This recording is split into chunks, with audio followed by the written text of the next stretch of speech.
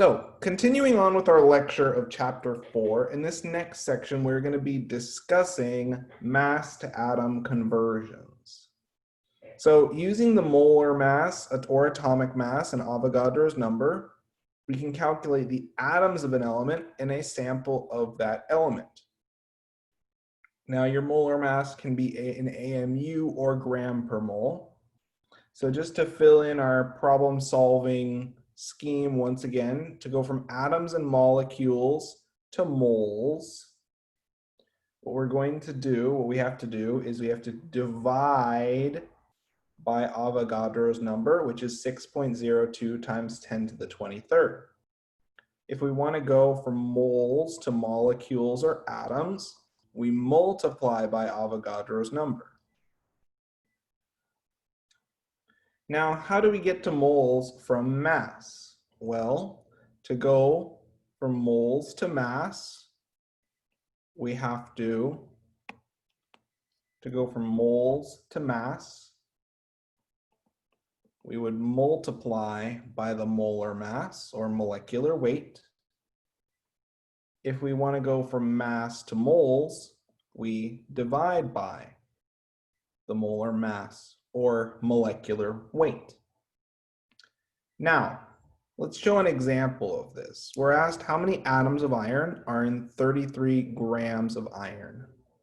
So we're going from grams of iron to some units to atoms of iron. And in this case, our intermediate stepping stone unit is moles of iron. Okay, we can go from mass to moles, and I like to fill in this kind of scheme with the conversion factors. To go from mass to moles, I'm going to divide by my molar mass. To go from moles to atoms, I'm going to multiply by Avogadro's number. We can see that if we perform unit analysis the traditional way. I just like to make the problem-solving process as clear as possible, so that way I don't make any errors. So I have 33 grams of iron. Since we're going to moles, moles are on top, so we have 1 mole of iron. And would someone like to tell me what is the atomic mass of iron? What is the atomic mass of iron?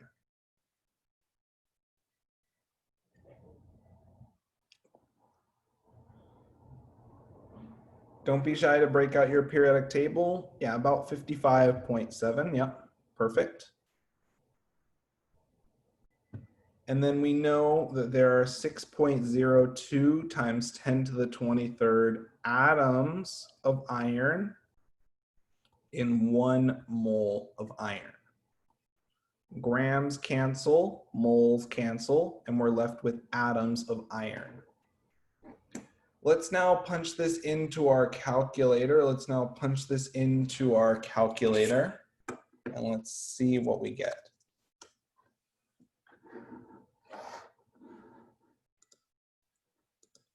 One moment, just punching this into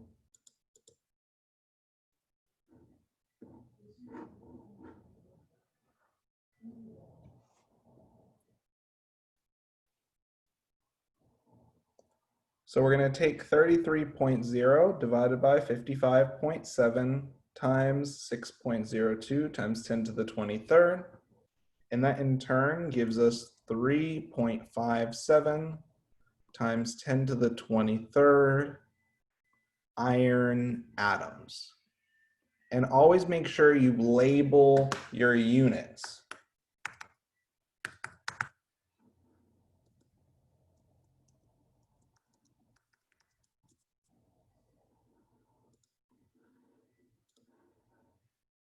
Any questions on this example?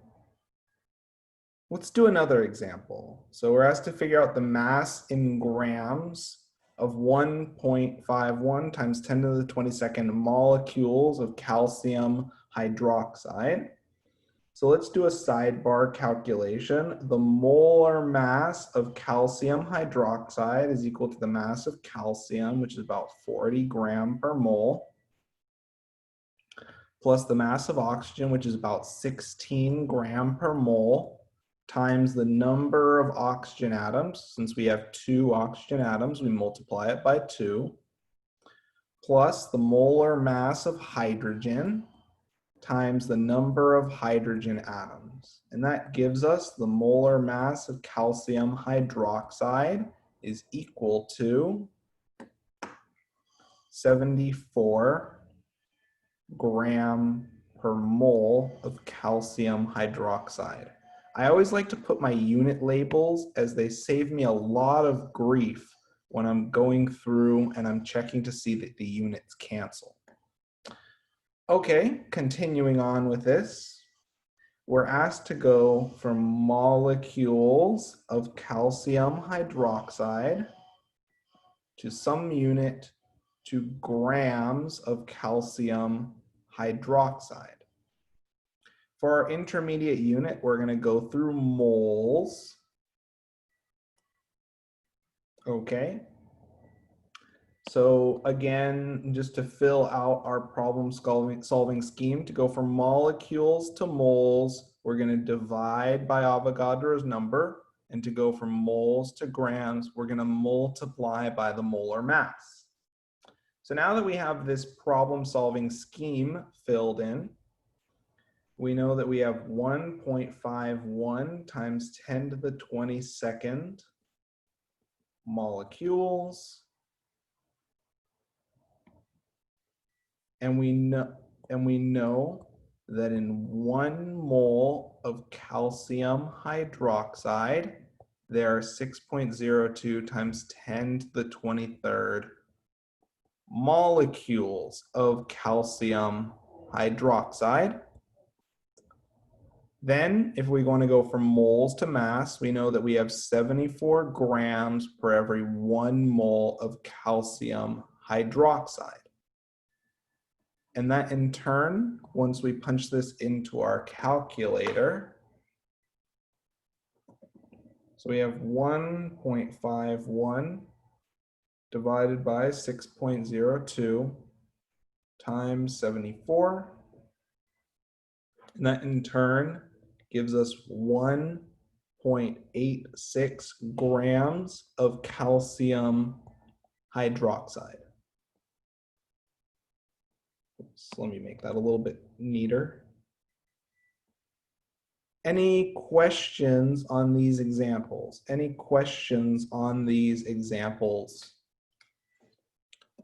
If not, let's now attempt in a problem-solving session the following 2 conversions. So I'd like you to tell me the mass in grams for a known number of atoms of sodium, and I'd like you to tell me the molecules of mercury oxide in 200 grams of mercury oxide. And you're more than welcome to enter your responses in the chat or through Canvas, as this is found in Canvas Quiz 4.3.3. So let's spend about 4 to 5 minutes working through these 2 problems, and then we'll come together as a group to discuss. And I'll be checking to see how everyone's doing on these questions and if there are any common errors I can address.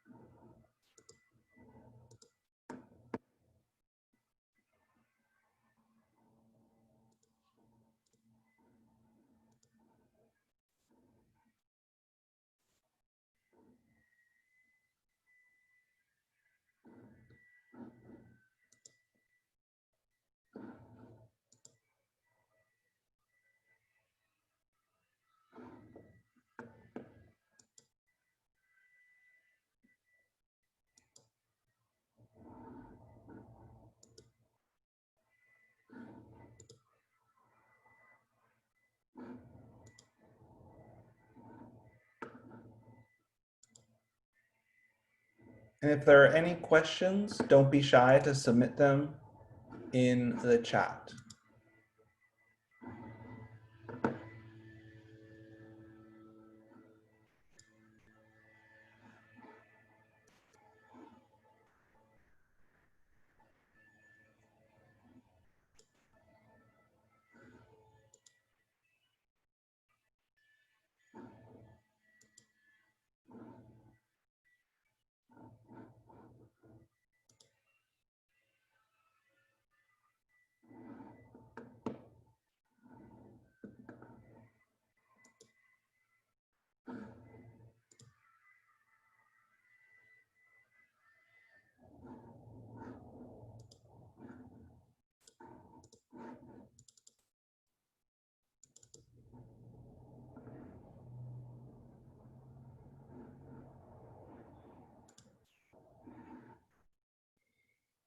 So I'm seeing reasonable responses so far. Let's try to get a few more student responses, both via Canvas or in the chat, and then we'll discuss this problem momentarily.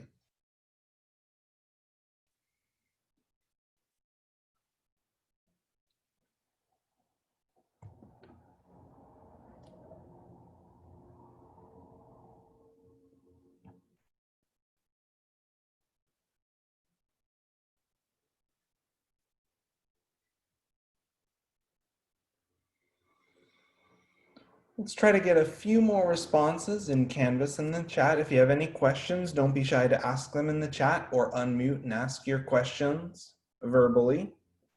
And we'll spend about another 3 to 4 minutes on this problem.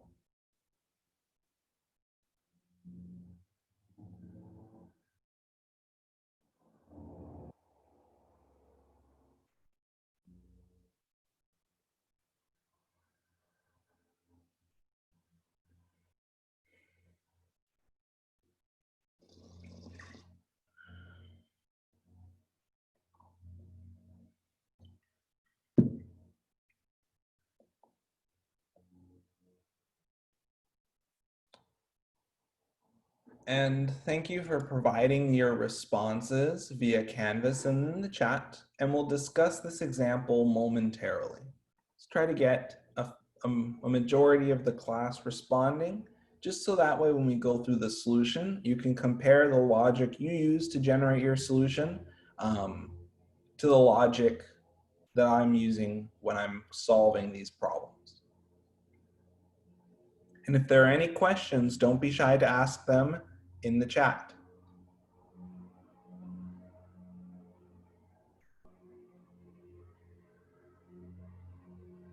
And we'll discuss in a few minutes, in about 2 minutes.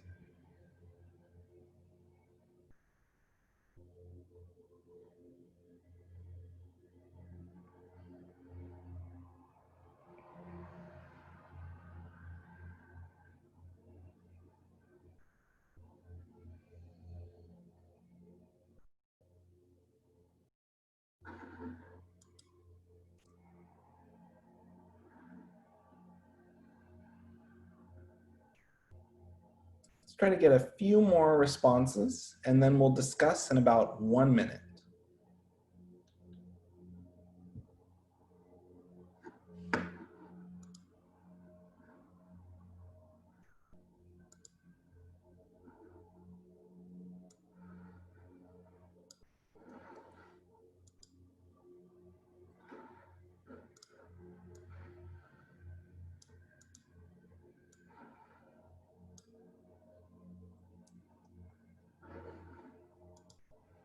Okay, so let's discuss these examples now. So we're asked to figure out the mass in grams of 8.6 times 10 to the 22nd atoms of sodium.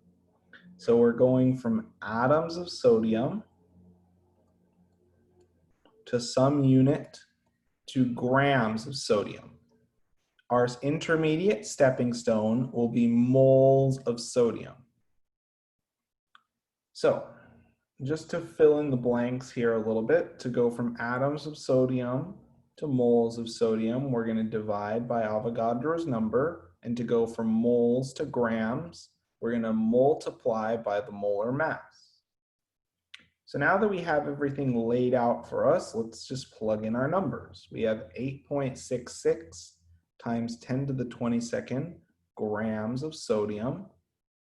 And we know that in 1 mole of sodium, we have approximately 23 grams of sodium. Now, if we're going from, whoops, sorry, this isn't grams. We're starting from atoms. Let me correct that. Got a little bit ahead of myself there. So starting from atoms of sodium, we know that in 1 mole of sodium, we have 6.02 times 10 to the 23rd atoms of sodium. So our atoms cancel, we're left with moles. Now to go from moles to grams, grams go on top, and we have 23 grams of sodium in 1 mole of sodium. Moles cancel, we're left with grams, and now all we have to do is punch this into our calculator. So let's do just that. So we have 8.66 times 10 to the 22nd divided by 6.02 times 10 to the 23rd times 23. And when we punch this into our calculator, just double checking I entered everything correctly, we would get 3.31 grams, roughly. If you use a slightly more precise atomic mass, your number will be a little bit different. So this 23 is our atomic mass.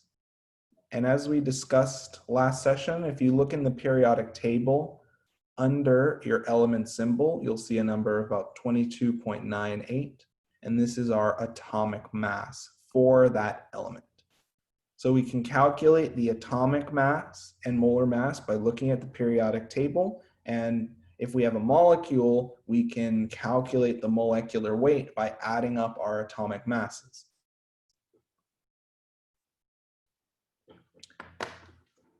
Let me take a look. I can certainly check that.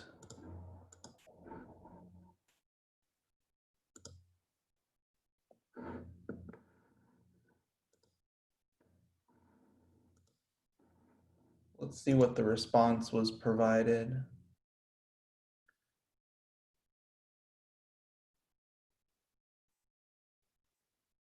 Yeah, let me just correct that really quickly. Okay, so let's now look at the, yeah, sorry about that. There was an error when I was transferring the question over in Canvas. 3.31, as we found working through this problem, is the correct mass of sodium for this number of atoms of sodium. Let's now look at another example. How many molecules of mercury oxide are in 200 grams of mercury oxide? In this case, we're going from grams of mercury oxide to some unit to molecules of mercury oxide. Our stepping stone, again, we're going through moles of mercury oxide. And following our problem-solving scheme, to go from grams to moles, we're going to divide by the molar mass. To go from moles to molecules, we're going to multiply by Avogadro's number. Remember, anytime you're talking about particles, be them atoms or molecules, you are likely going to have to use Avogadro's number in some form. So now that we have everything laid out for us, let's now execute on this scheme. So we have 200 grams of mercury oxide. We're going to need to do a sidebar calculation. So the molar mass of mercury oxide. So first and foremost, we need to find the molar mass of mercury. We need to find the molar mass of mercury. So let's pull up our periodic table. And would someone like to volunteer and tell me the molar mass of mercury, which has the symbol Hg? What is the molar mass of mercury? If you're reading through your periodic table, I just want people to be comfortable accessing this critical information from the periodic table. The molar mass of mercury is 200.6. Okay, plus the mass of oxygen, which is 16.0, and that gives us 216.6 gram per mole. Perfect. Now that we have our molar mass, we know that in 1 mole of mercury oxide, we have 216.6 grams. Grams cancel. And now to go from moles to molecules, we know that there are 6.02 times 10 to the 23rd molecules in 1 mole of mercury oxide. Moles cancel. We're left with molecules. And now all we have to do is punch this into our calculator. So we have 200 over 216.6 times 6.02 times 10 to the 23rd.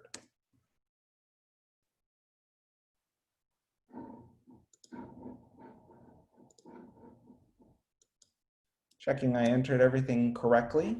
We should end up getting, in the end, 5.55 times 10 to the 23rd, which we in turn round, since we only have one sig fig, to 6 times 10 to the 23rd.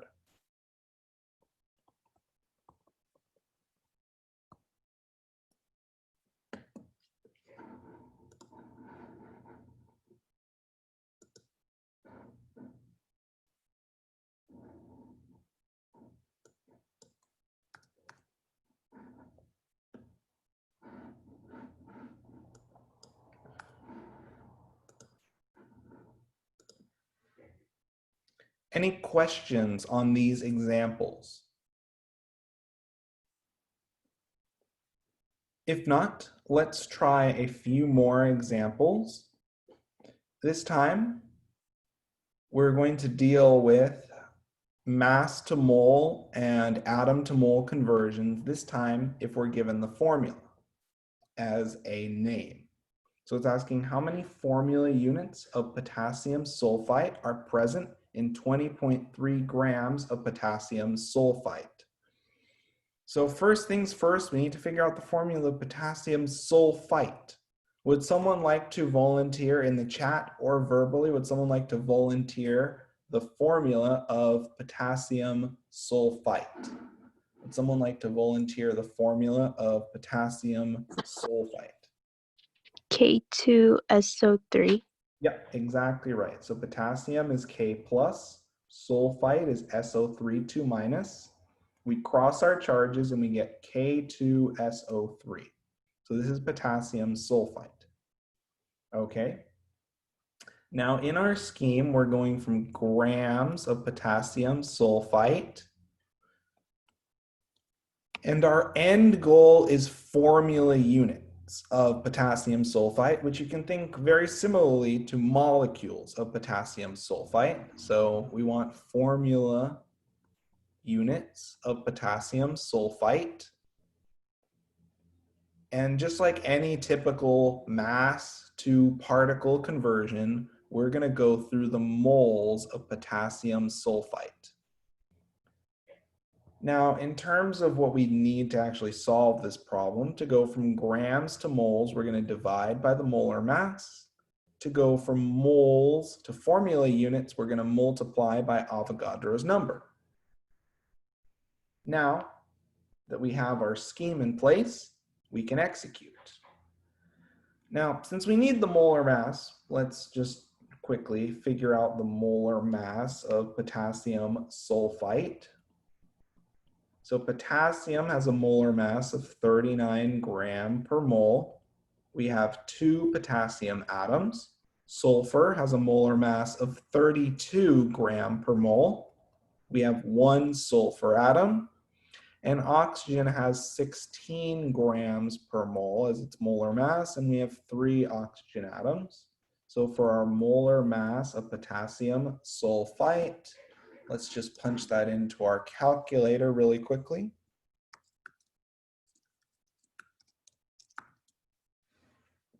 We get a molar mass of 158 gram per mole.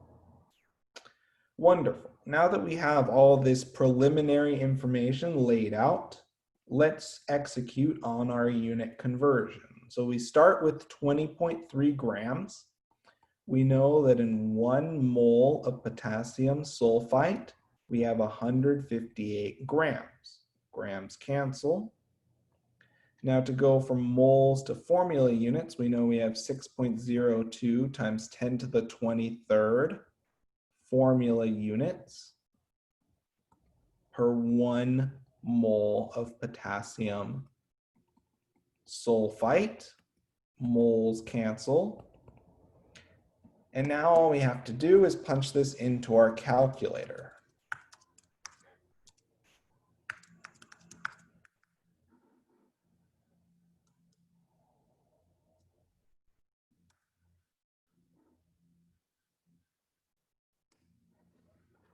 And that in turn gives us 7.73 times 10 to the 23rd formula units.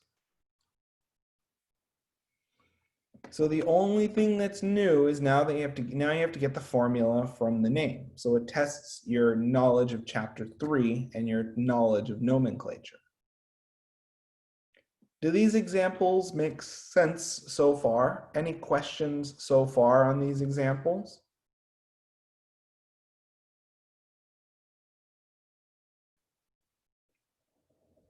Whoops, yes, this should be 10 to the 22nd. Yep, perfect.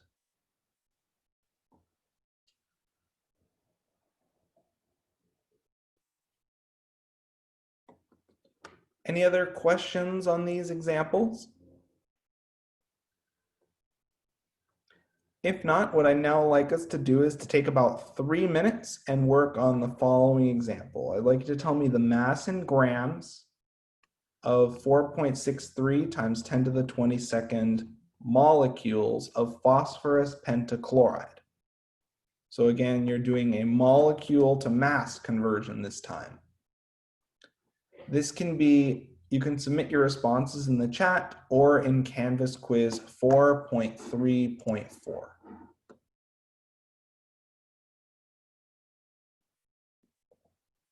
And we'll discuss in about 3 minutes.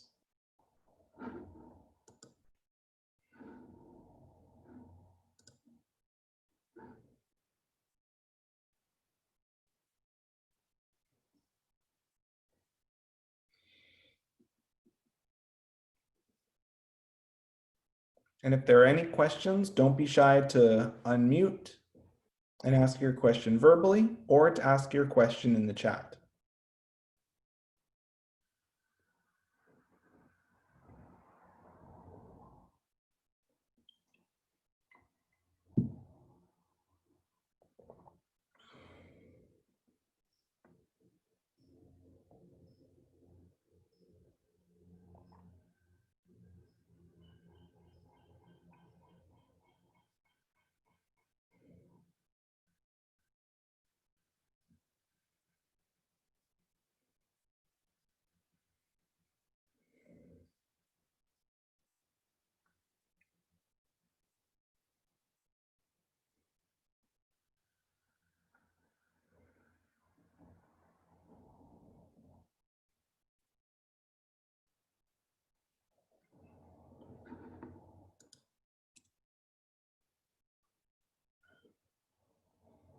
So let's try to get a few more responses in the chat or via Canvas, and then we'll discuss in about 2 minutes.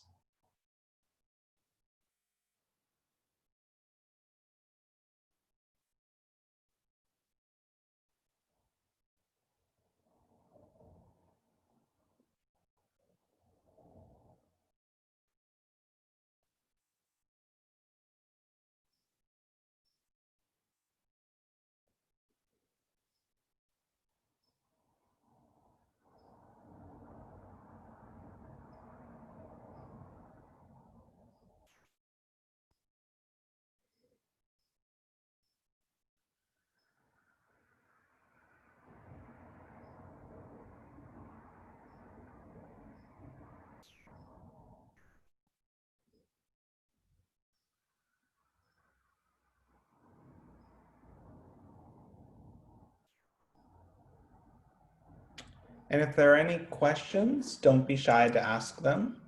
Let's try to get a few more responses. We have a lot of reasonable responses so far via Canvas. And if you want me to check your response, don't be shy to message me with a private message via Zoom, and I can certainly provide feedback on this problem. If not, we'll discuss in about another minute.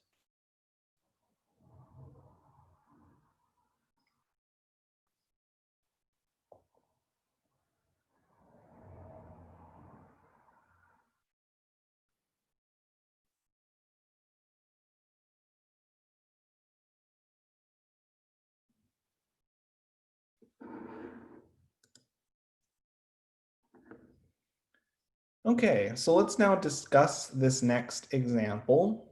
Okay, phosphorus pentachloride. It's a covalent compound. I'm gonna need your help here. What is the formula of phosphorus pentachloride? What is the formula of phosphorus pentachloride?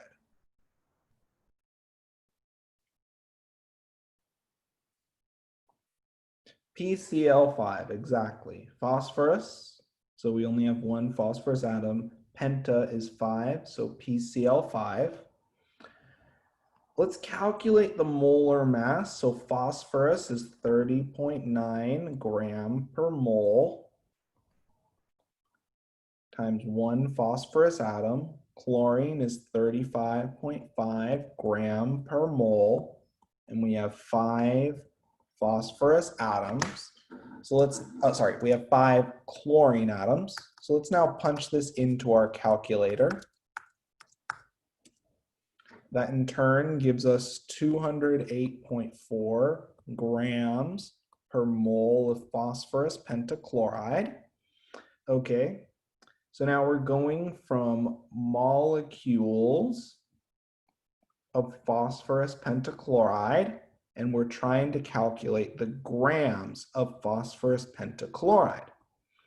We're going to go through moles of phosphorus pentachloride. So in order to execute on this conversion, to go from molecules to moles, we're going to divide by Avogadro's number, and to go from moles to grams, we're going to multiply by the molar mass. So then, starting with 4.63 times 10 to the 22nd molecules of phosphorus pentachloride, we know that in 1 mole of phosphorus pentachloride, we have 6.02 times 10 to the 23rd grams. Now, 10 to the 23rd molecules. Now to go from moles to grams, grams are on top, and we know that we have 208.4 grams per 1 mole of phosphorus pentachloride. Molecules cancel, moles cancel, and let's punch this into our calculator. We have 4.63 times 10 to the 22nd over 6.02 times 10 to the 23rd. Remember to enter the number and the power of 10 together in parentheses to avoid calculator errors, times 208.4. And that in turn gives us 16.0 grams of phosphorus pentachloride. Does this example make sense to everyone? Is everyone getting the hang of these mass to mole to atom conversions? It's exactly identical to the logic we used when we did mass to particle conversions using AMU. Any questions on these examples?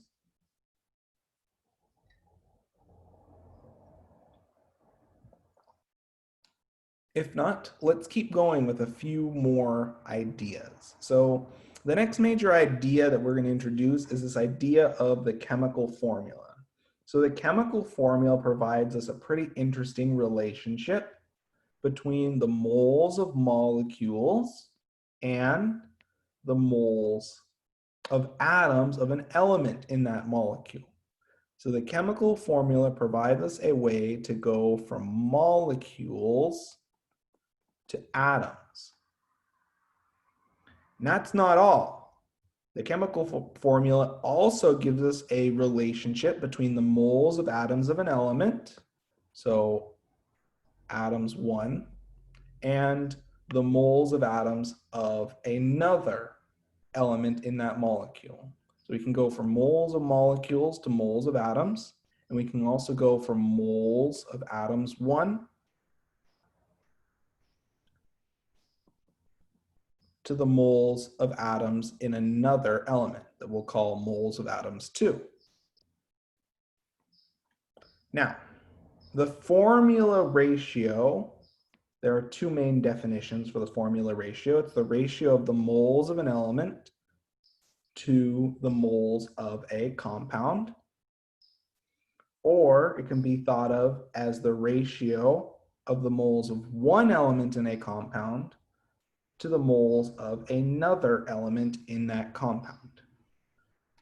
So let's entertain the first use of our mole ratio. Let's entertain the first way of looking at our mole ratio, which is a way of converting from molecules to atoms.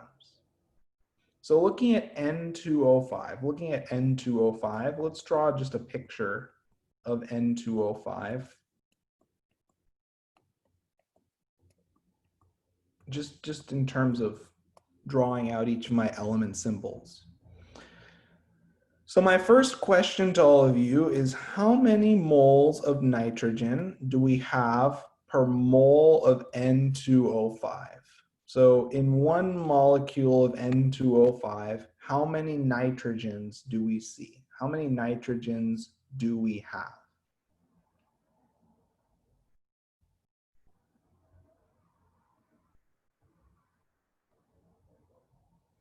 We have 2, yeah. So we have 2 moles of nitrogen per 1 mole of N2O5.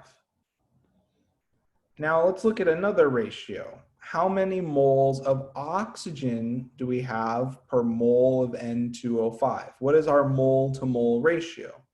How many moles of oxygen do we see? How many oxygens do we see? 5. Yep, so we have 5 moles of oxygen per 1 mole of N2O5. Now let's get a little bit fancy, and I'd like you to tell me, how many moles of nitrogen do we have per mole of oxygen? How many moles of nitrogen do we have per mole of oxygen? So first, how many nitrogens do we see? So first, how many nitrogens did we see? 2. And how many oxygens did we see in the same compound? 5, yep. So we have 2 moles of nitrogen per 5 moles of oxygen. Okay. So now, with this idea in mind, let's answer the question, how many moles of nitrogen are in 13.5 moles of N2O5?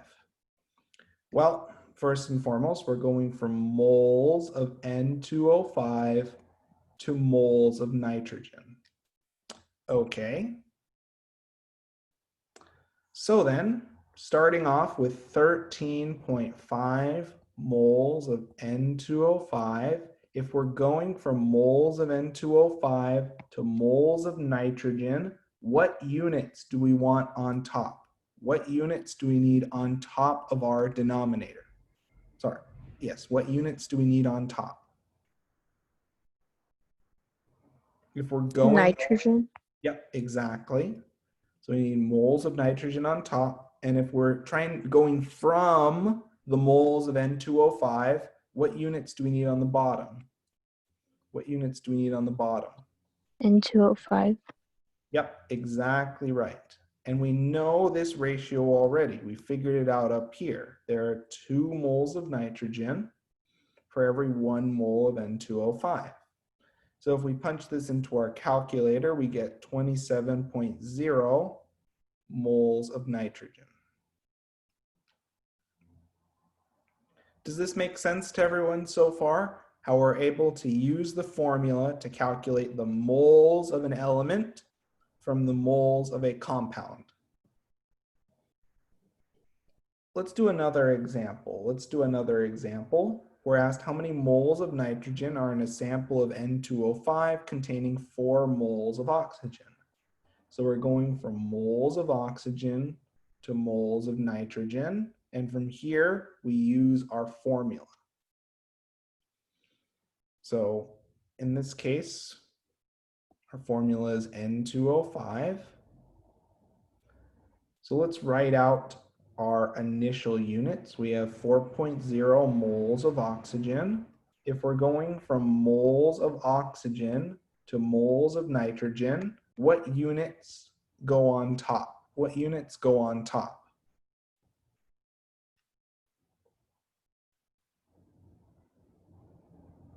Don't worry, it's not a trick question. What units are going to go on top if we go from moles of oxygen to moles of nitrogen? If we're going to moles of nitrogen, what units will be on top? Nitrogen, exactly. And what units will be on the bottom this time? What units will be on the bottom? If we're going from the moles of oxygen will be on the bottom. And we already have that ratio. We know that there are 2 moles of nitrogen for every 5 moles of oxygen. Moles of oxygen cancel. And let's just quickly punch that into our calculator. And that in turn gives us 1.6 moles of nitrogen. Do these examples make sense so far? Is everyone comfortable using the formula for unit conversions? Any questions so far? If not, let's continue on with the next set. In this case, you can submit your responses in the chat or via Canvas quiz 4.4. And I'd like you to, looking at the following formula, tell me how many moles of carbon are in 5.5 moles of C2H4. And then I'd like you to tell me how many moles of hydrogen are in a sample of C2H4 containing 3 moles of carbon. And I would recommend in this space above trying to write out a few of the relevant formula ratios. So we'll take about 4 to 5 minutes to work through this example, and then we'll come together to discuss, and I'll be checking to see how the class is responding via Canvas and in the chat, just to get a sense of what focused feedback I can provide. And if you would like me to provide feedback on your answer in more detail, don't be shy to message me with your proposed response.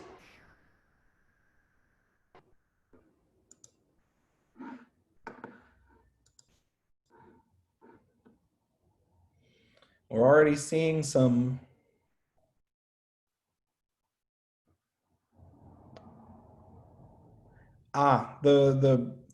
the reason for that is because in the note set, the numbering I was trying to respect the numbering in the note set as closely as possible, just so that way I didn't want to renumber it and have the quizzes get shuffled.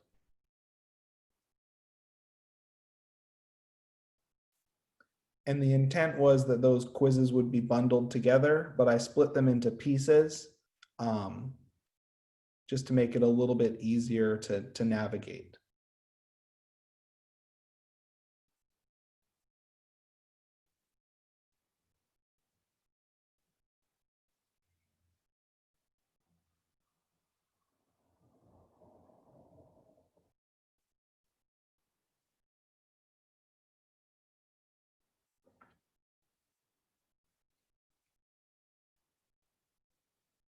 Let's try to get a few more responses via Canvas and in the chat, and we'll discuss in about another 3 minutes.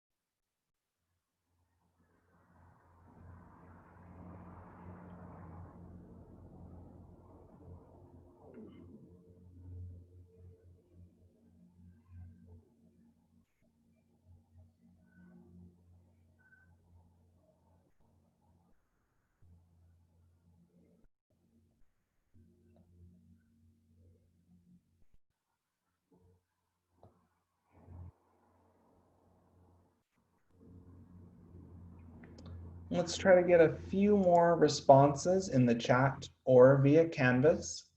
And if you're unsure, don't be shy to ask questions via the chat.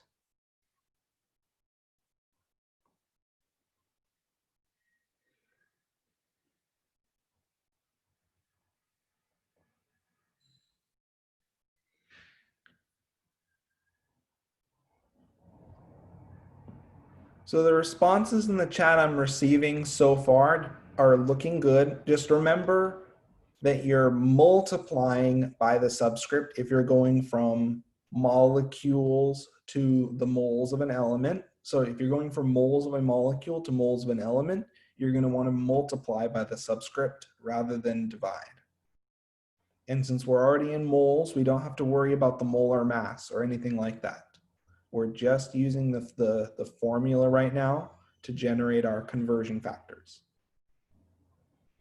And we'll discuss in about another minute. I'm already seeing a range of reasonable responses via the Canvas responses, and we'll discuss momentarily.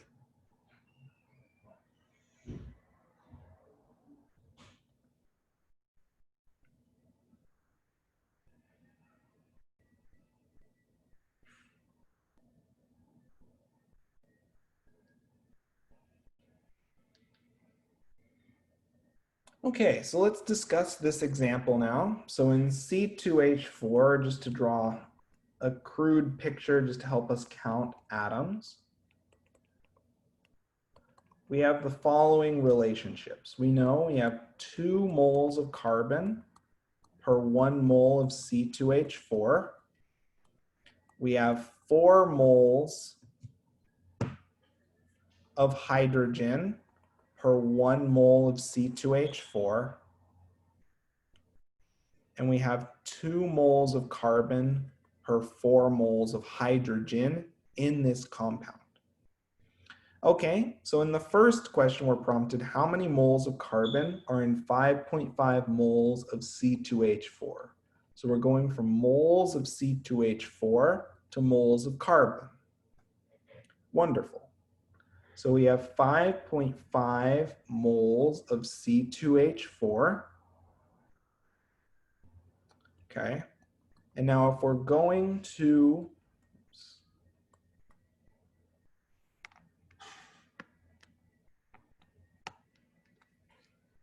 sorry about that, there was a small graphical error in OneNote. So now if we're going from moles of C2H4 to moles of carbon, what units need to be on top? If we're going to moles of carbon, what units are we going to have on top? 2 moles carbon.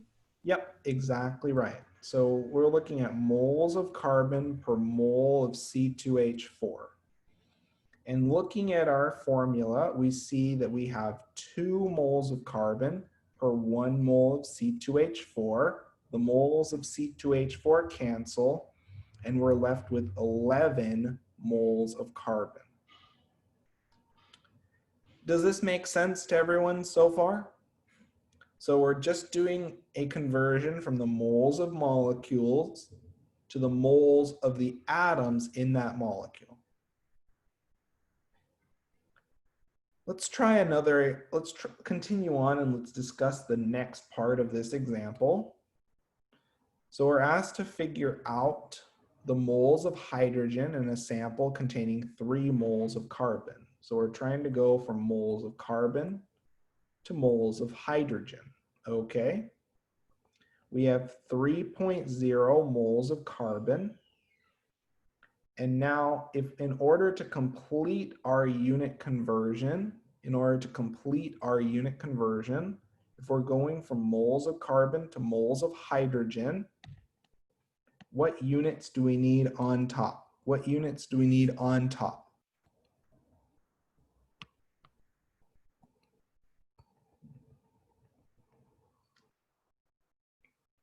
Moles of hydrogen, exactly right. And what units do we need on the bottom? What units are we going from? What units are we trying to cancel?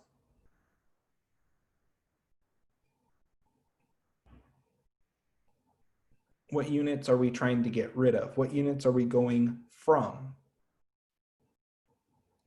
Carbon, exactly right. So we're trying to cancel the moles of carbon. So looking at our formula, we see that we have 4 moles of hydrogen per every 2 moles of carbon. Moles of carbon cancels, and that gives us 6.0 moles of hydrogen. Any questions on these examples? Any questions on these examples?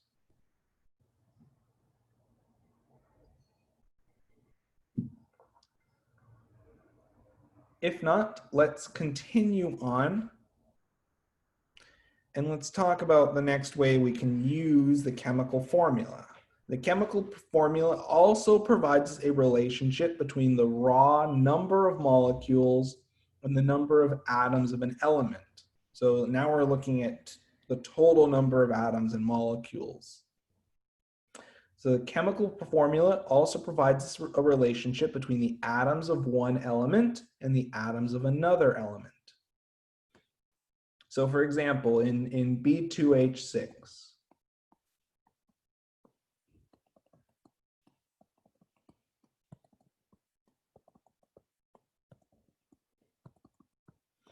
and now pay attention to these units now. How many atoms of boron do we have per molecule of B2H6? So if this entire collection of atoms is one molecule, how many atoms of boron do we have per molecule? How many atoms of boron do we have per molecule? How many boron symbols do you see?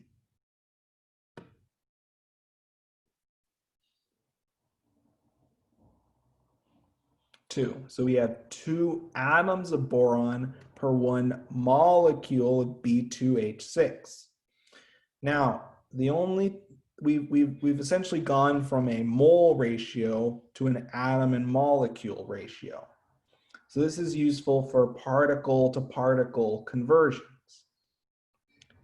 Likewise, if we look at the atoms of hydrogen per molecule of B2H6, we can clearly see that we have 6 atoms of hydrogen per 1 molecule of B2H6. Finally, if we want to do an atom-to-atom relationship, how many atoms of boron do we have per atom of hydrogen, or per atoms of hydrogen? What is our atom-to-atom ratio? Yep, exactly right. So we have 2 atoms of boron per 6 atoms of hydrogen. Perfect. So we're used to looking at our chemical formula and generating these formula ratios. Wonderful. So let's apply this. So we're asked how many atoms of boron are in a sample that contains 1.5 times 10 to the 20th molecules of B2H6. So we're going from molecules of B2H6 to atoms of boron. So if we have 1.5 times 10 to the 20th molecules of B2H6, looking at our final units. So looking at our final units, what units do we need on top? What units do we need on top? If we're going from molecules to atoms, what units do we need on top? 2 atoms of boron. Yep, exactly right. And we already established there are 2 atoms of boron in 1 molecule of B2H6.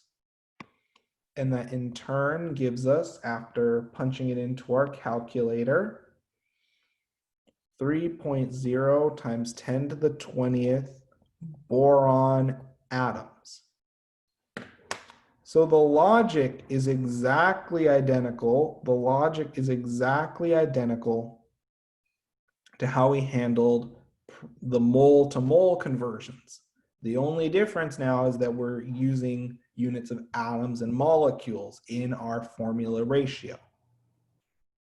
Let's do another example to drive home this point. We're asked how many atoms of hydrogen are in a sample that contains 3.0 times 10 to the 19th atoms of boron. So we're going from atoms of boron to atoms of hydrogen. So then entering our starting units, we have 3.0 times 10 to the 19th atoms of boron. Okay. And now if we're going to atoms of hydrogen, what units need to be on top? If we're going to atoms of hydrogen, what units need to be on top? 6.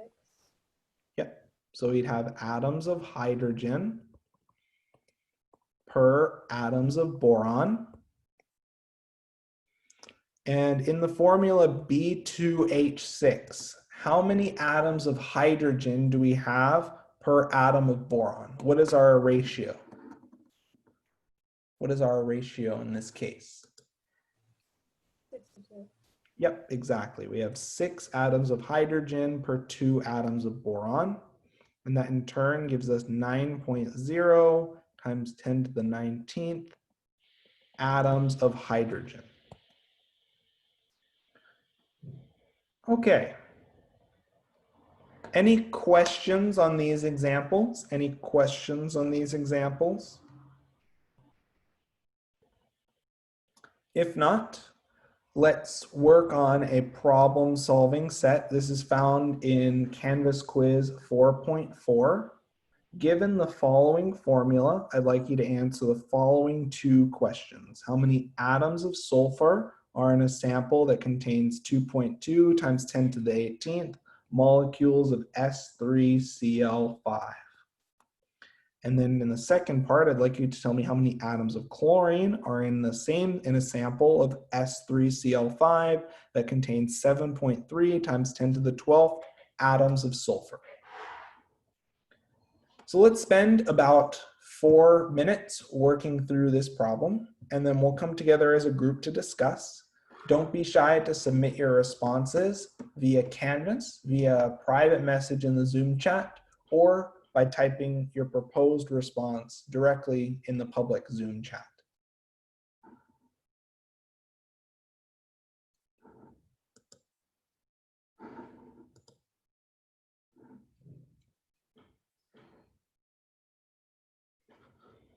And just to make it easier, so that way the Canvas quizzes are distinguishable, I labeled this Canvas exercise as 4.4.1. And we'll discuss in about 4 minutes.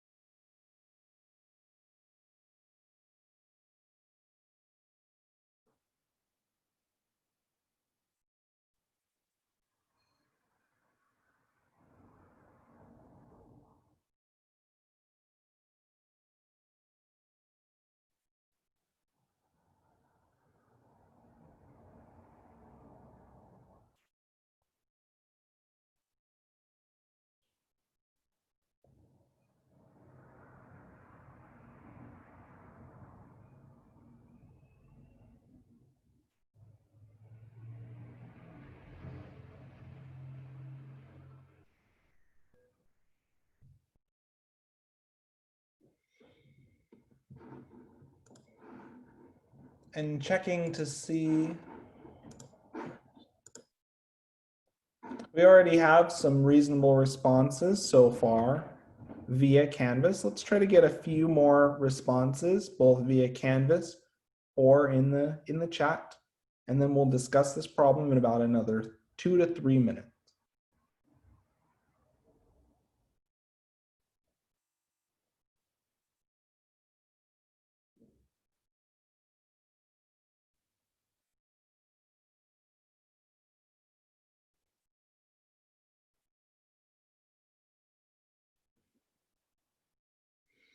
Ah.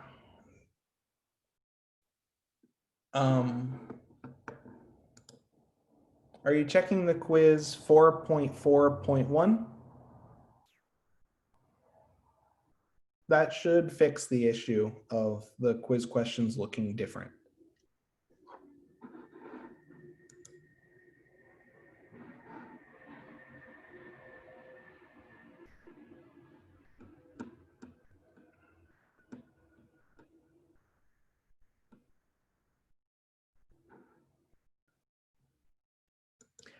Yeah, I had to tune the numbers a little bit in order to make them easily entered into Canvas.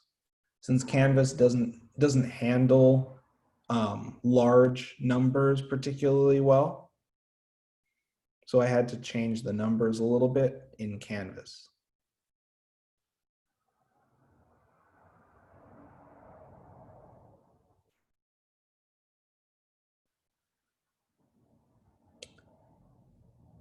So let's spend about another minute on this problem. We have a reasonable number of responses and the responses look perfect. So let's try to get a few more responses and then we'll discuss.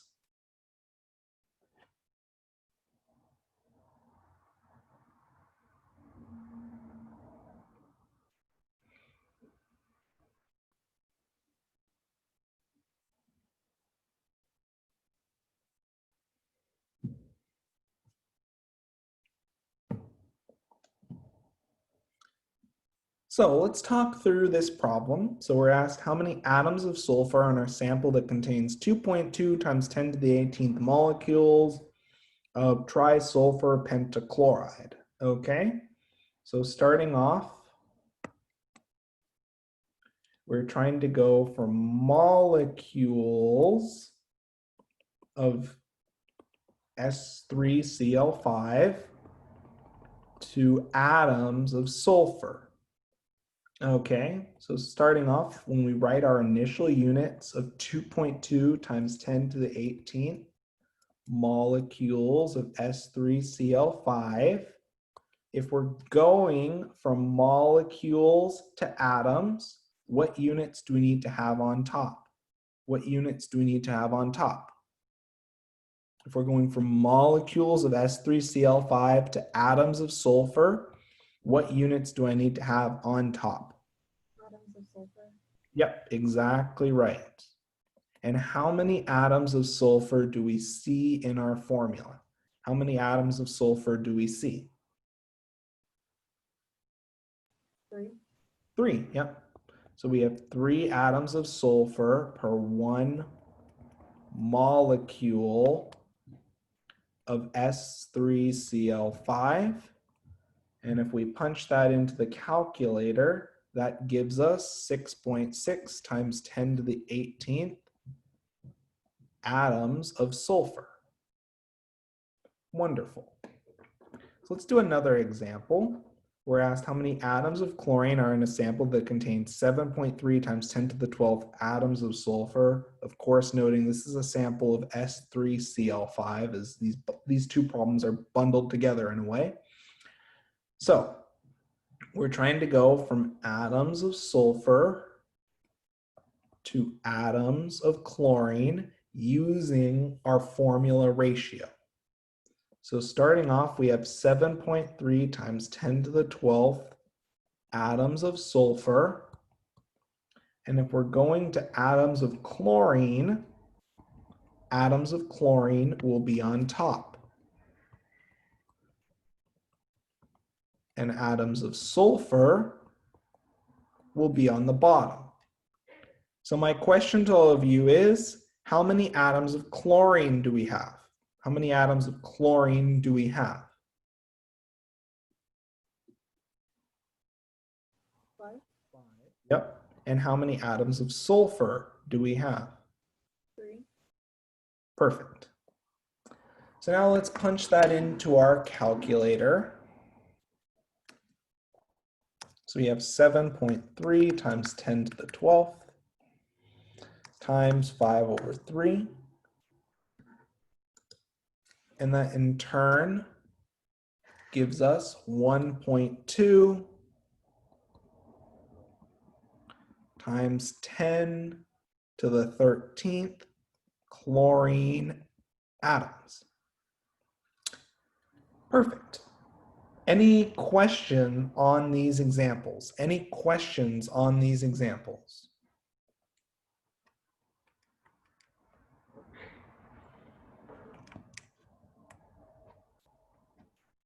If not, let's continue on with the next set of examples. This time, we're looking at multi-step mass to mole conversions. And I made this little chart just to help everyone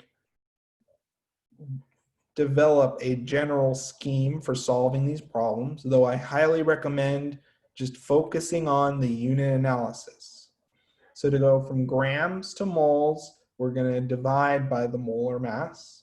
To go from moles to atoms, we're going to use our formula ratio. And if we want to go from moles to grams, we multiply by our molar mass. Okay, so let's apply this. Things are best learned via application. So we're asked to calculate the moles of chlorine and 16.0 grams of carbon tetrachloride. So we're trying to go from grams of carbon tetrachloride to something to moles of chlorine. Now, what is our intermediate unit? What is our stepping stone unit? What units are going to go in the middle here? If you're setting this problem up on an exam, for example, what units will you go through here?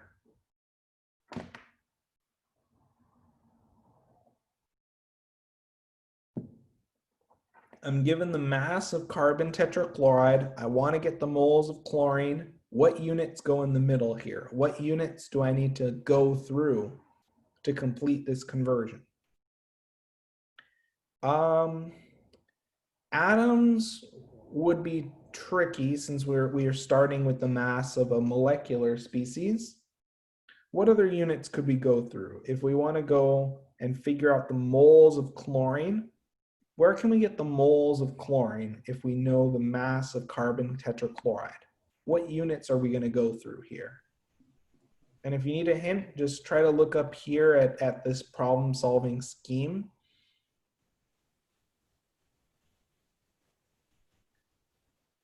Yes, we can get the moles of chlorine from the mass. Sure. That is a possibility, but we don't have the mass of chlorine given, so that's a little tricky. If we have the grams of carbon tetrachloride, what can we calculate almost immediately? What can we calculate if we know the grams of carbon tetrachloride?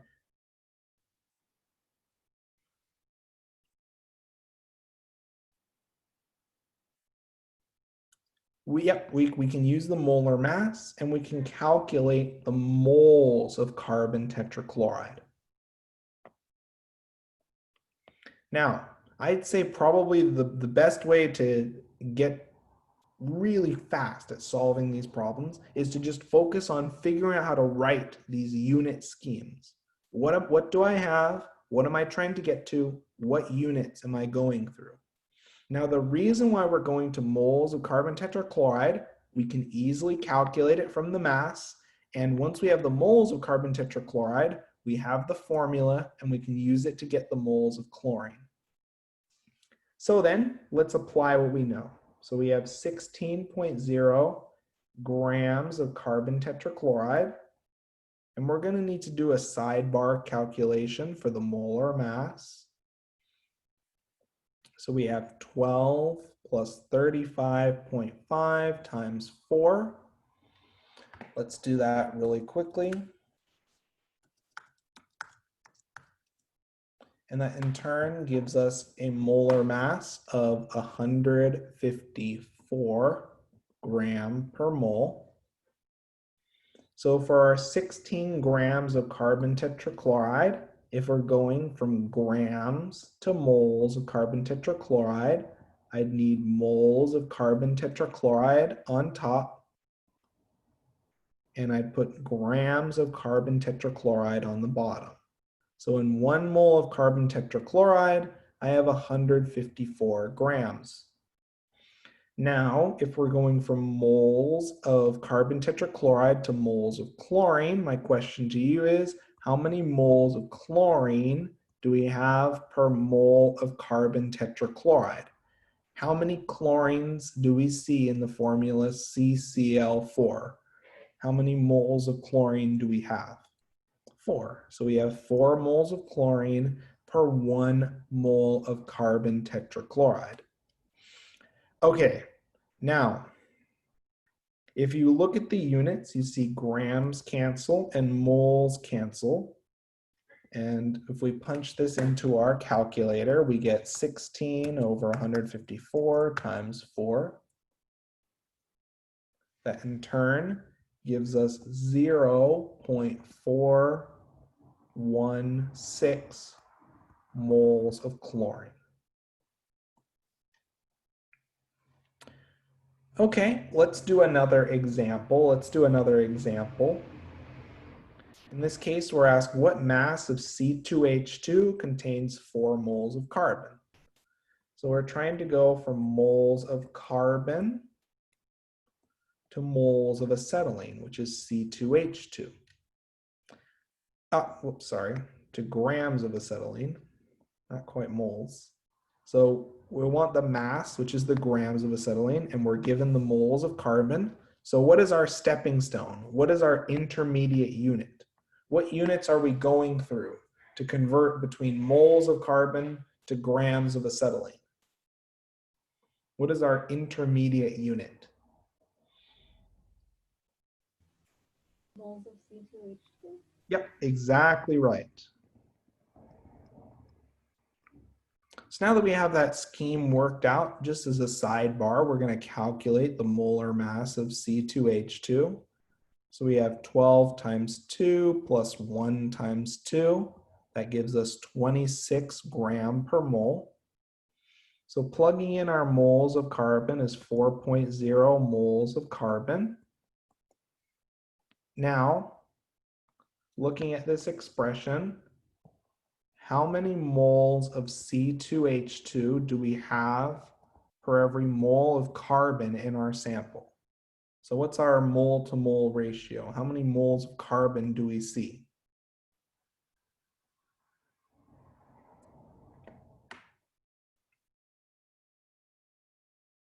How many moles of carbon do we see based on our formula ratio? What's our moles of carbon per mole of C2H2?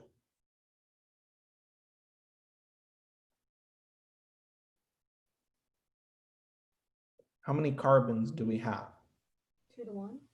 Yep, exactly. We have 2 moles of carbon per 1 mole of C2H2. Okay. Then if we're going from moles of C2H2 to grams of C2H2, otherwise known as acetylene, we know that we have 26 grams per 1 mole of C2H2. Moles cancel, moles of acetylene cancels, moles of carbon cancels, and we're left with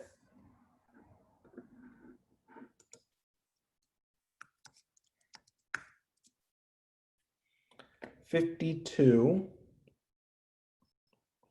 grams of acetylene. Do these examples make sense to everyone so far? Any questions so far on these examples?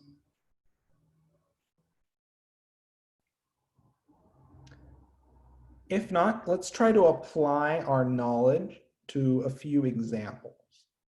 So this is found, and you can submit your responses via the chat or Canvas quiz 4.4.2. And let's try to answer the following 2 questions. What mass of nitrogen triiodide contains 5 grams of iodine? and how many moles of sulfur are in 32 grams of hydrogen sulfide. So let's spend a few minutes working through these problems, and then we'll come together as a group to discuss momentarily.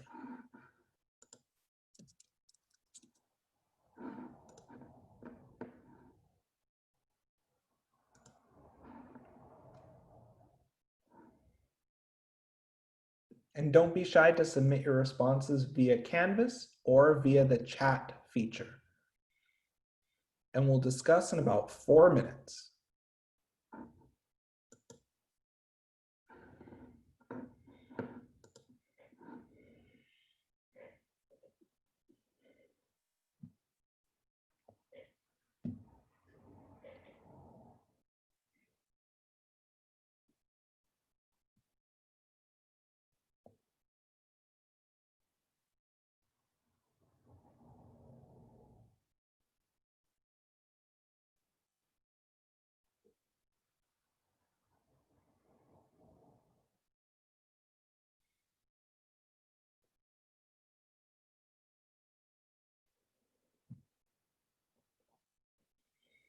And I'm already seeing some reasonable responses in the chat or via Canvas. Let's try to get a few more responses and we'll discuss in about 3 minutes.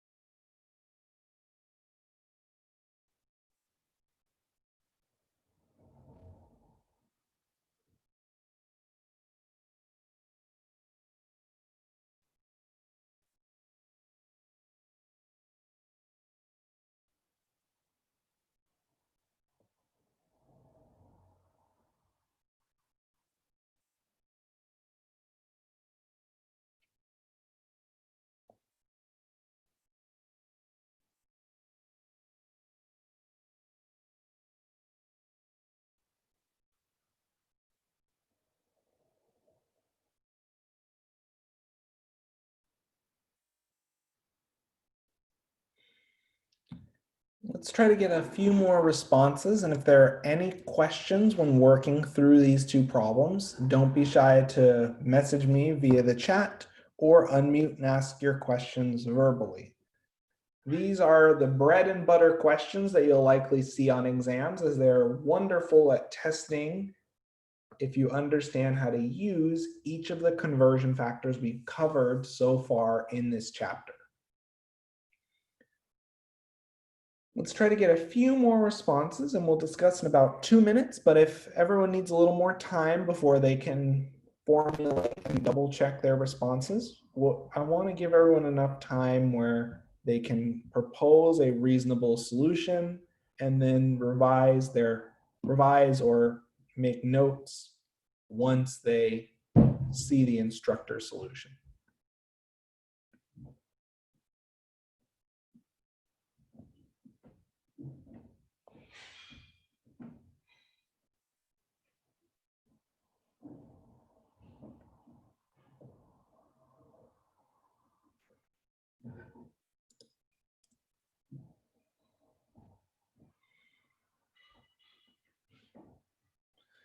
So we're getting a few more responses via Canvas. Let's spend about another minute to a minute and a half on this problem. And if there are any questions when working through these examples, please don't be shy to ask.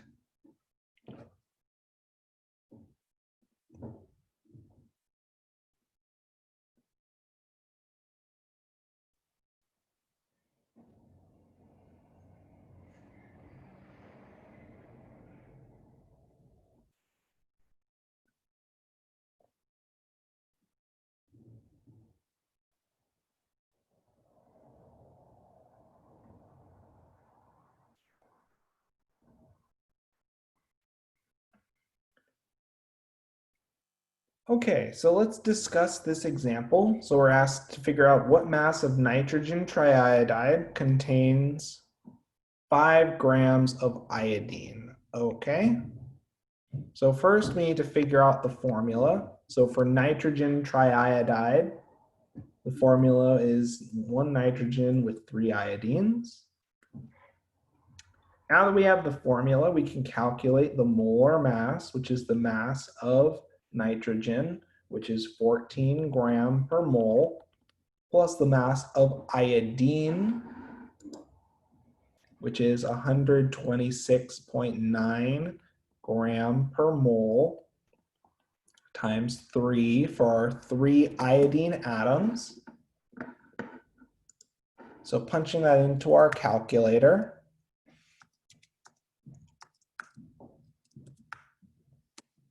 that in turn gives us a molar mass of 394.7 gram per mole.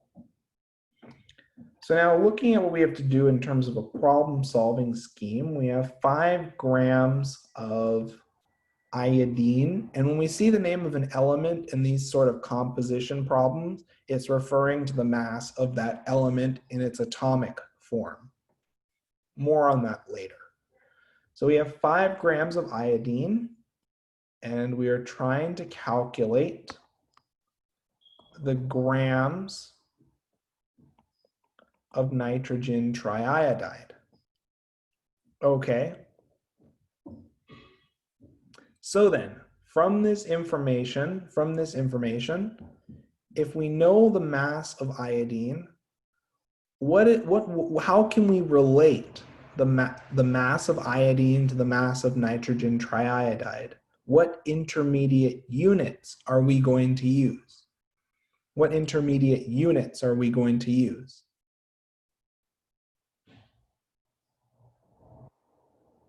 You go from moles of iodine on top, Yep. and then on the bottom is grams of iodine for the first Yep. one. Okay, perfect.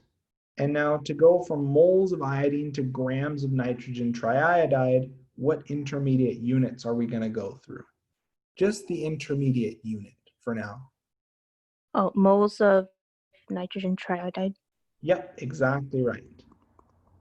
Okay, perfect. So now that we have our scheme, exactly as mentioned, we're going to execute on that scheme. So for 5 grams of iodine, to go from grams of iodine to moles of iodine, we know that in 1 mole of iodine, we have 126.9 grams. Now, to go from moles of iodine to moles of nitrogen triiodide, my question to everyone is how many, in 1 mole of nitrogen triiodide, how many moles of iodine do we have? So in 1 mole of nitrogen triiodide, how many iodine atoms do we have? How many moles of iodine do we have? 3. 3, exactly right.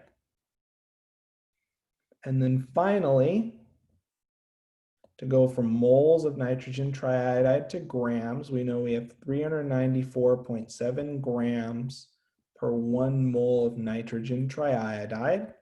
Now let's punch this into our calculator. We have 5 over 126.9 times 1/3 times 394.7, and that in turn gives us 5.2 grams of nitrogen triiodide. So as I didn't see a ton of responses for this Canvas quiz, I'd like everyone to take about another 2 minutes, and considering what we've covered for this first example, I'd like you to reattempt this second problem. Maybe revise your solution, look over your solution, and then let's try to get a few more responses in the chat or via Canvas for the second part of this Canvas quiz and the second part of this problem solving session. And don't be shy to message me with your questions, or proposed responses?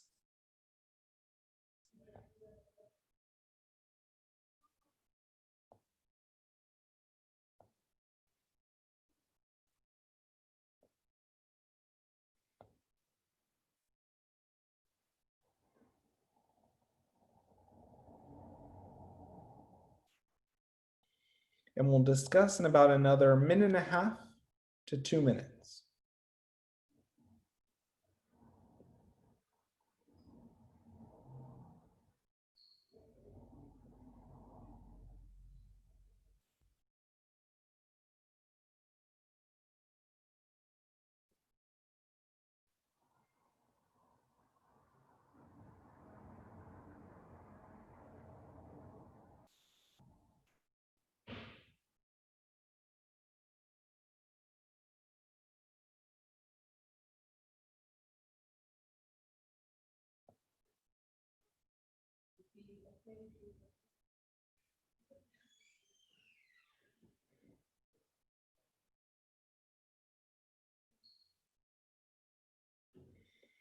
And we'll discuss in about another minute. So checking Canvas, let's try to see. We're getting a few more responses, and the responses look quite good.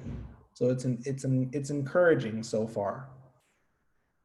I always want to give students the opportunity, after seeing a proposed solution to a problem, the opportunity to revise their problem solving.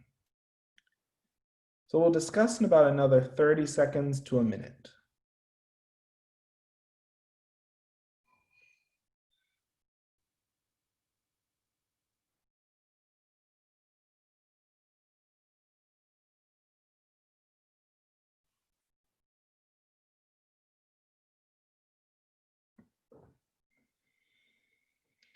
Okay, so let's discuss this next example. We're asked to figure out the moles of sulfur and 32 grams of hydrogen sulfide. So hydrogen sulfide, this is naming conventions associated with a binary acid in the gas phase. So hydrogen, H+, sulfide, S2-. We cross our charges and we get H2S. The molar mass of hydrogen sulfide is 32 gram per mole plus 1 gram per mole times 2, which gives us 34 gram per mole. Wonderful. So starting off, we're given the grams of hydrogen sulfide, and we want to calculate the moles of sulfur. So what is our intermediate unit? What unit are we going through in this example? What is our intermediate stepping stone? What's our intermediate unit? Moles of hydrogen sulfide. Yep, exactly right. So then, starting off, if we have 32.0 grams of hydrogen sulfide, in 1 mole of hydrogen sulfide, we know we have 34 grams. And now to finish off this problem, how many moles of sulfur do we have per mole of hydrogen sulfide? What is our mole to mole ratio in this case? How many moles of sulfur do we see? 1-to-1. Yep, exactly right. So if we punch this into our calculator, we get 0.941 moles of sulfur. Any questions on these examples? If not, let's continue on and let's do another guided example. This time we're really chaining together all of the conversion factors that we've learned to go from grams to moles of molecules to moles of atoms to just atoms. And remember, to go from moles to atoms, we use Avogadro's number. So in this case, we're asked how many potassium ions are in 3 grams of potassium phosphide. Okay. So just as a starting precaution, let's calculate the molar mass, which is 39. Let's see, for potassium, let me look up in our periodic table the molar mass of potassium. Potassium is 39 gram per mole times 3 potassium atoms plus phosphorus, which is 30.9 gram per mole times 1 phosphorus atom. And that in turn gives us a molar mass of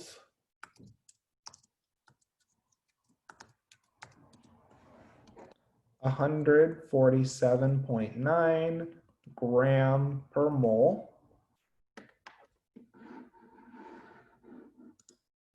Okay, now we're ready to make a problem-solving scheme.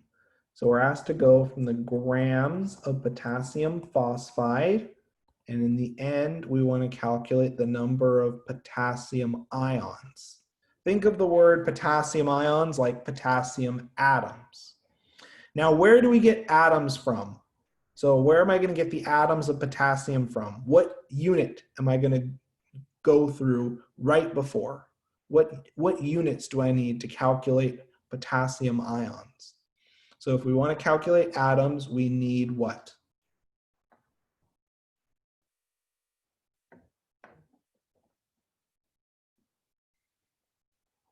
If we're trying to calculate atoms, we'd need what?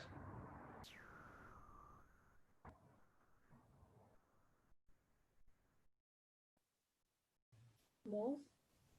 Yep. And moles of what in this case? Moles of.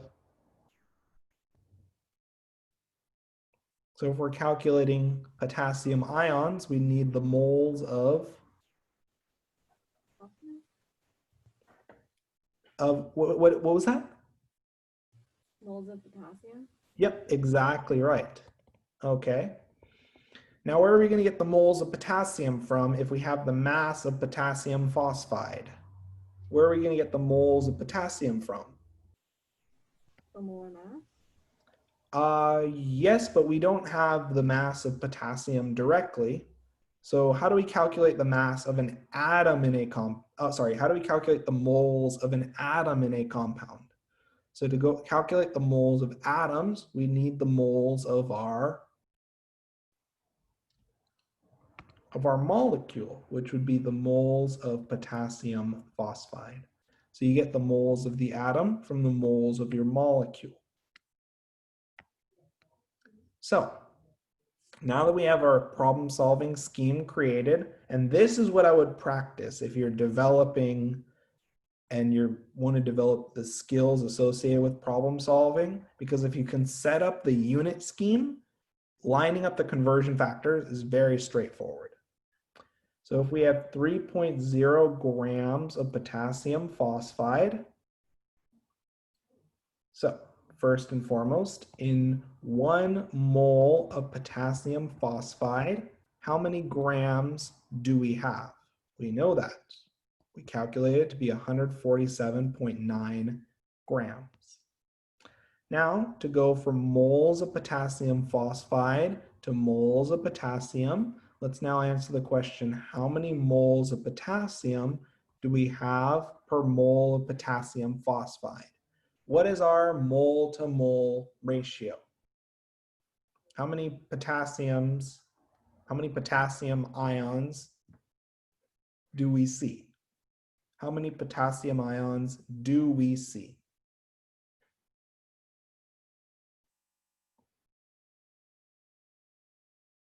3. 3, yep. So we have 3 moles of potassium per 1 mole of potassium phosphide. So our grams cancel, our moles potassium phosphide cancels.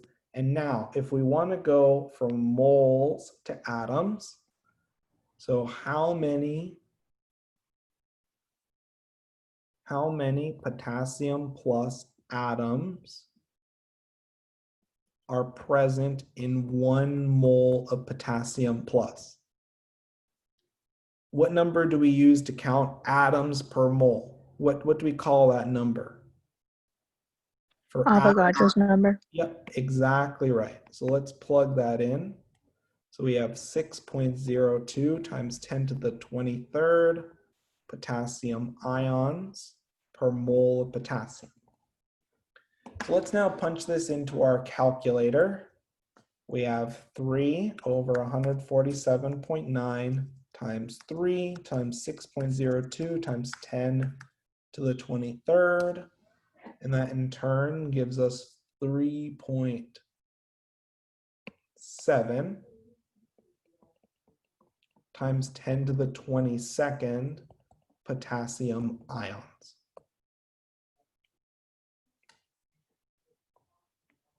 Any questions on this example? So, if there aren't any questions, let's now try to apply what we've learned to the following example. So this can be answered in the chat, or you can submit your responses via Canvas quiz 4.3.3. And I'd like you to calculate how many atoms of oxygen are in 32 grams of phosphoric acid. And we'll discuss this example in about 4 minutes. And I'll be checking Canvas and responses in the chat just to see how everyone in the chat is doing and if there are any questions or common errors that I can address.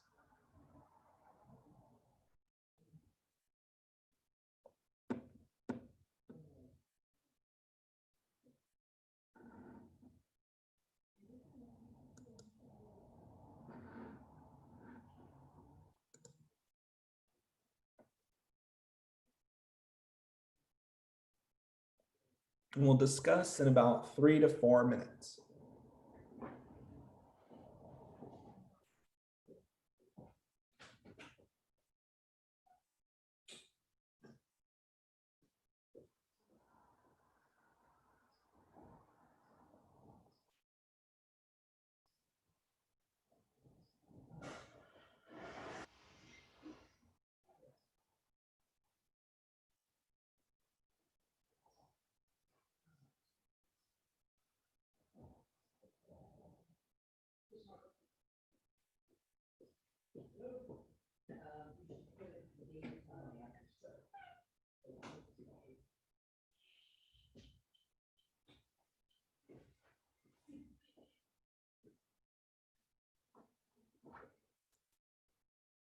So looking at the Canvas quiz, we already have a few reasonable responses so far. Let's try to get a few more responses via Canvas and chat. And if there are any questions at all, really don't hesitate to ask. If not, we'll discuss in about 1.5 to 2 minutes.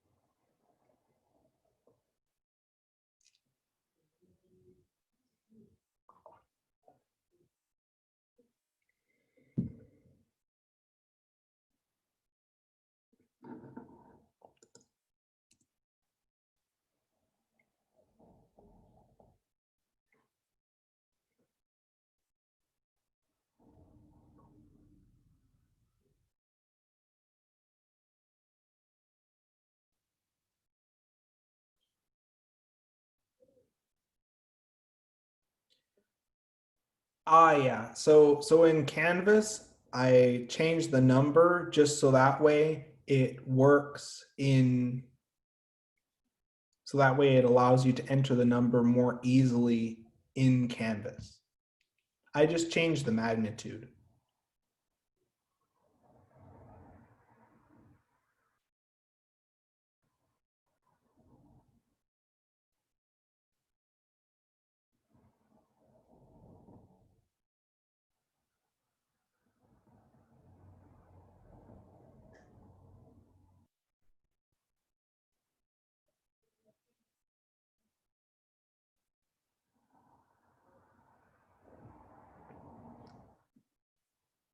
and we'll discuss in approximately a minute to a minute and a half.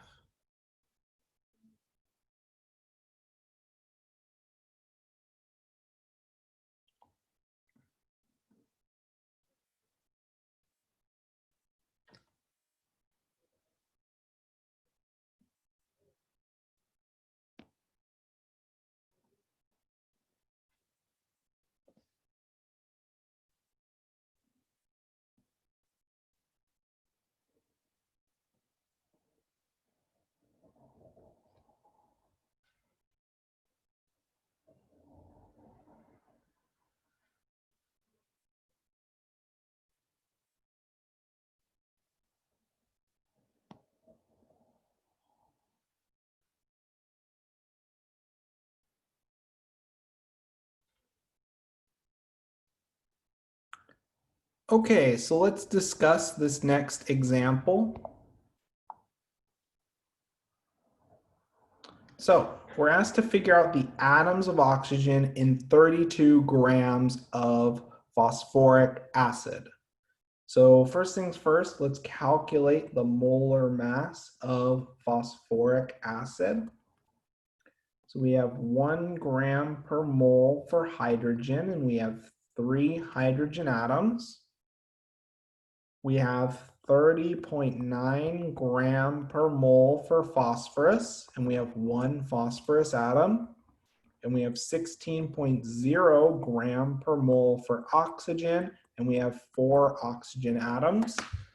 So punching that into our calculator, we have 16 times 4 plus 30.9 plus 3.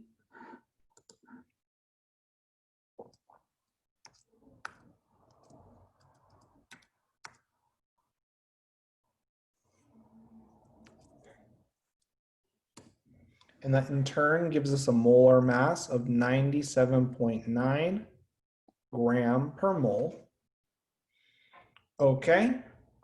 Now from here, we're starting off with the grams of phosphoric acid, and we are trying to calculate the atoms of oxygen. So where are we going to get the atoms of oxygen?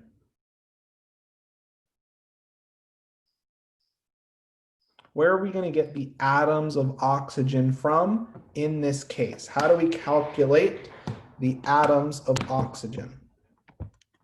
From moles of oxygen. Yep, exactly right. So from the atoms of oxygen, we can in turn calculate the atoms of oxygen from the moles of oxygen. Now, where are we going to get the moles of oxygen from in this case? Where are we going to get the moles of oxygen from in this case? How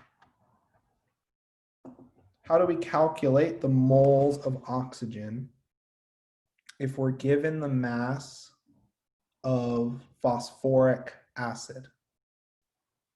What unit? Moles of phosphoric acid. Yep, exactly right. So we're going to calculate the moles of oxygen from the moles of phosphoric acid, which we can get from the grams of phosphoric acid. So now that we have this problem laid out for us, let's execute. So if we have 32 grams of phosphoric acid, let me just fix the 3. There we go. We know first and foremost from our molar mass that in 1 mole of phosphoric acid, we have 97.9 grams. Additionally, we know for looking at our formula, let's try to answer the question, how many moles of oxygen do we have per mole of phosphoric acid? How many moles of oxygen do we have in the formula? And don't be shy to respond in the chat or verbally. So I see in the chat we have 4 moles of oxygen per mole of phosphoric acid. That's exactly right. Finally, if we're going from moles to atoms, we use Avogadro's number, which means we have 6.02 times 10 to the 23rd atoms per 1 mole of oxygen. The moles of oxygen cancel. Let me fill this in. The moles of phosphoric acid cancel, and the grams of phosphoric acid cancels. Now let's punch this into our calculator. We get 32 over 97.9 times 4 times 6.02 times 10 to the 23rd. And that in turn gives us 7.9 times 10 to the 23rd atoms of oxygen. Do these examples make sense so far? Any questions so far? Overall, looking at the Canvas quiz responses, the class is doing quite well. And if you want to reattempt any of these examples, they are all found on Canvas. And I really encourage you to use them as a study tool. Avogadro's number has units of atoms per mole. So anytime we're going from moles of an element, so moles of an element, to atoms, or if we're going from moles of a compound to molecules, you will use Avogadro's number. Avogadro's number relates moles of particles to the total number of that particle. Did that answer your question?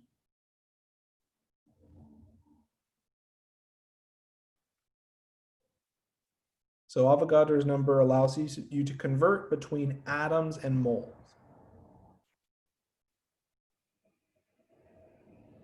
Perfect.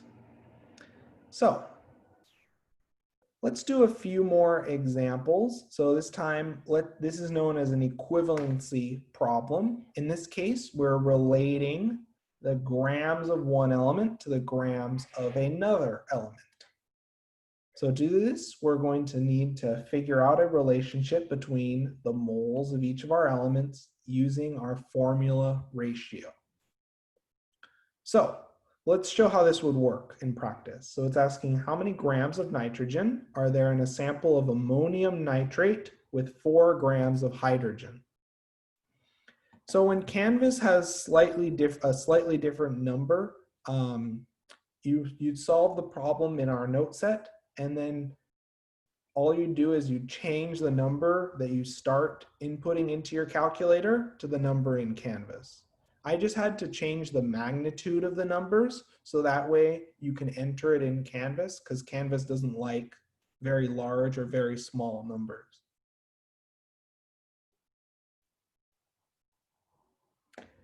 So in this example, we're trying to figure out how many grams of nitrogen are there in a sample of ammonium nitrate with 4 grams of hydrogen. So for ammonium nitrate, we have a name. We're going to need to figure out a formula for that name. So would someone like to volunteer and tell me what is the formula of ammonium nitrate? Don't be shy to type it in the chat or unmute and provide me the formula, or you can provide the formula of one of the ions in ammonium nitrate. But what, yep. Mm-hmm. I think the formula is NH4 Yep. NO3. Yep, exactly right. Okay. So to show the logic, we have ammonium, which is NH4 plus, nitrate, which is NO3 minus. We cross our charges and we get NH4NO3. Okay, now we don't have to get carried away and calculate the molar mass just yet. Let's make our problem solving scheme and see what data we actually need.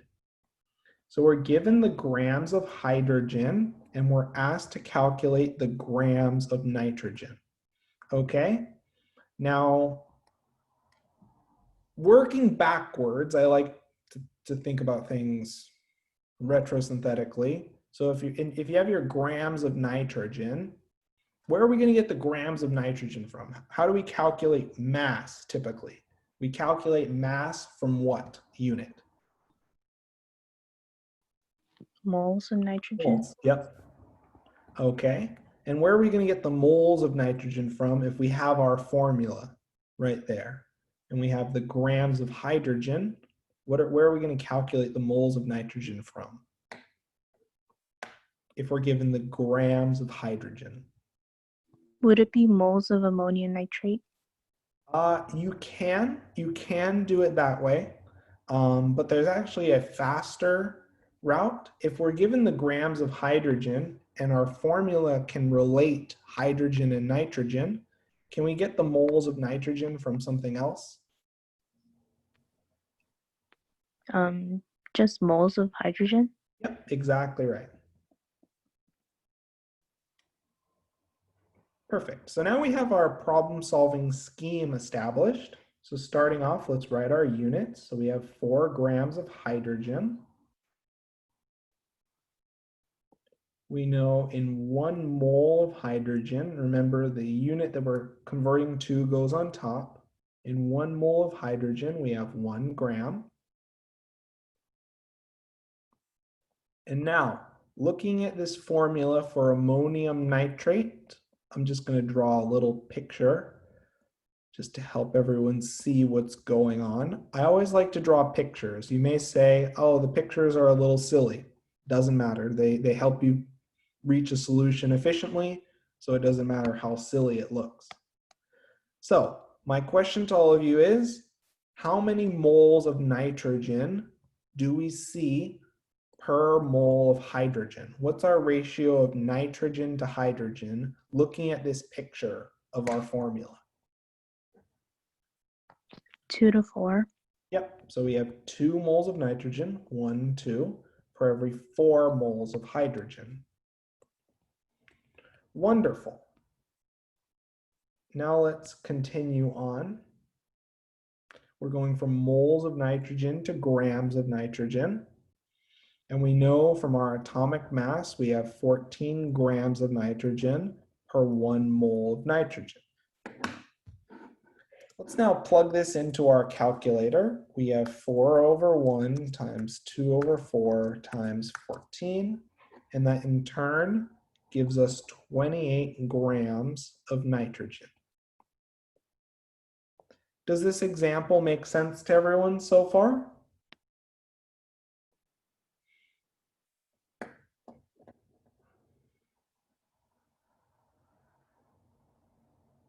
So to apply what we've learned, let's work on our final example for today, which is Canvas Quiz 4.3.4.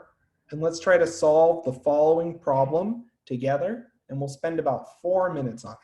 Let's try to figure out how many grams of chlorine are in a sample of chlorous acid that has 16 grams of oxygen.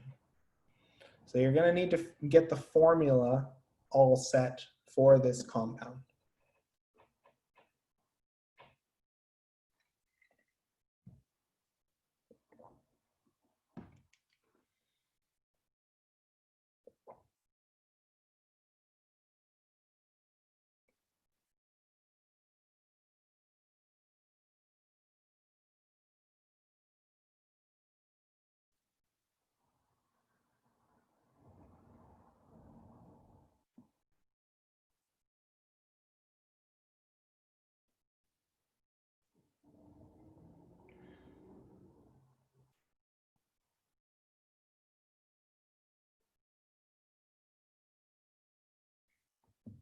And I'll be checking Canvas and the chat to see how everyone's doing, working through.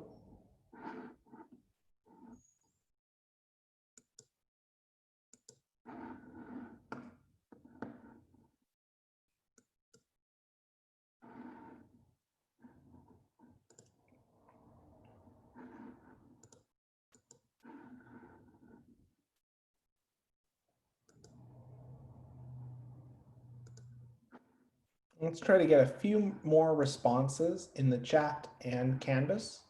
I already see 2 reasonable responses via Canvas. Let's try to get a few more, just so that way at least we have reasonable progress before we discuss our solution. So that way you can check your solution and revise any potential discrepancies.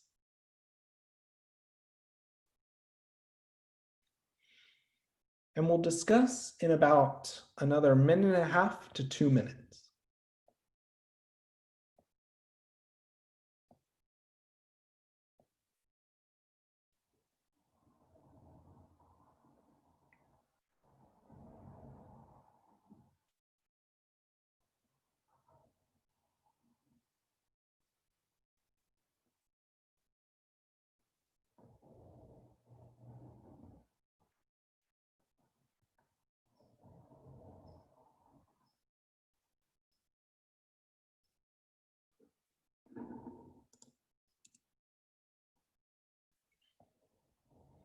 And if there are any questions, don't be shy to ask them in the chat or verbally.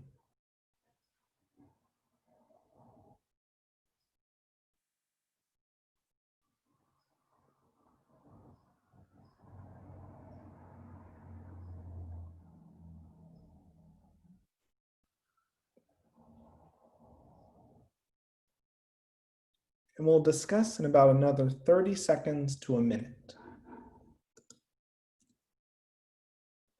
It's encouraging. We have a fair portion of submitted responses for this problem-solving session, and they're all quite good.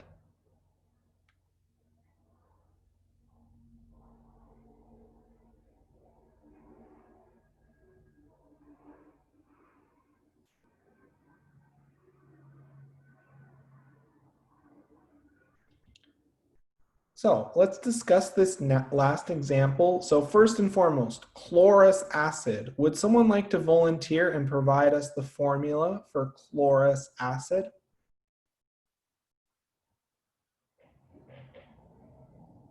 Chlorous acid. HClO2, exactly right. This is derived from the name chlorite, which is ClO2 minus. We cross it with H plus, and that gets us chlorous acid. Wonderful. So we're given the grams of oxygen, and we need to figure out the grams of chlorine as our intermediate units. We're going to get the grams of chlorine from the moles of chlorine, and from the moles of chlorine. If we have the formula, we can figure out the moles of chlorine from the moles of oxygen.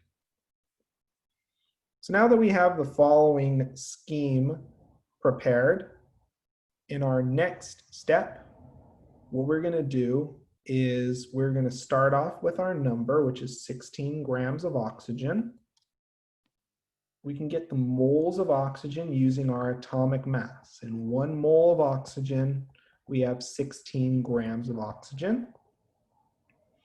Okay, now looking at our formula, how many moles of chlorine do we have per how many moles of oxygen?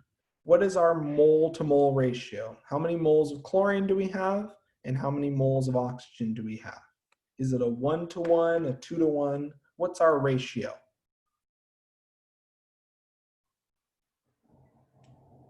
One to 2. We have 1 mole of chlorine for 2 moles of oxygen.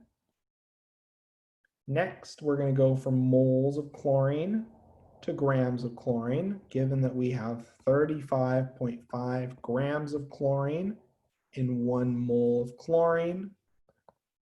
So moles of oxygen cancels, moles of chlorine cancels. And if we enter this into our calculator, we have 1 over 2 times 35.5. And that in turn gives us 17.7 grams that we in turn round to 18 grams of chlorine. Any questions on this example? Any questions on this example? Is everyone feeling a little more comfortable with using all of these conversion factors, all of these tools that we've developed to solve chemical problems?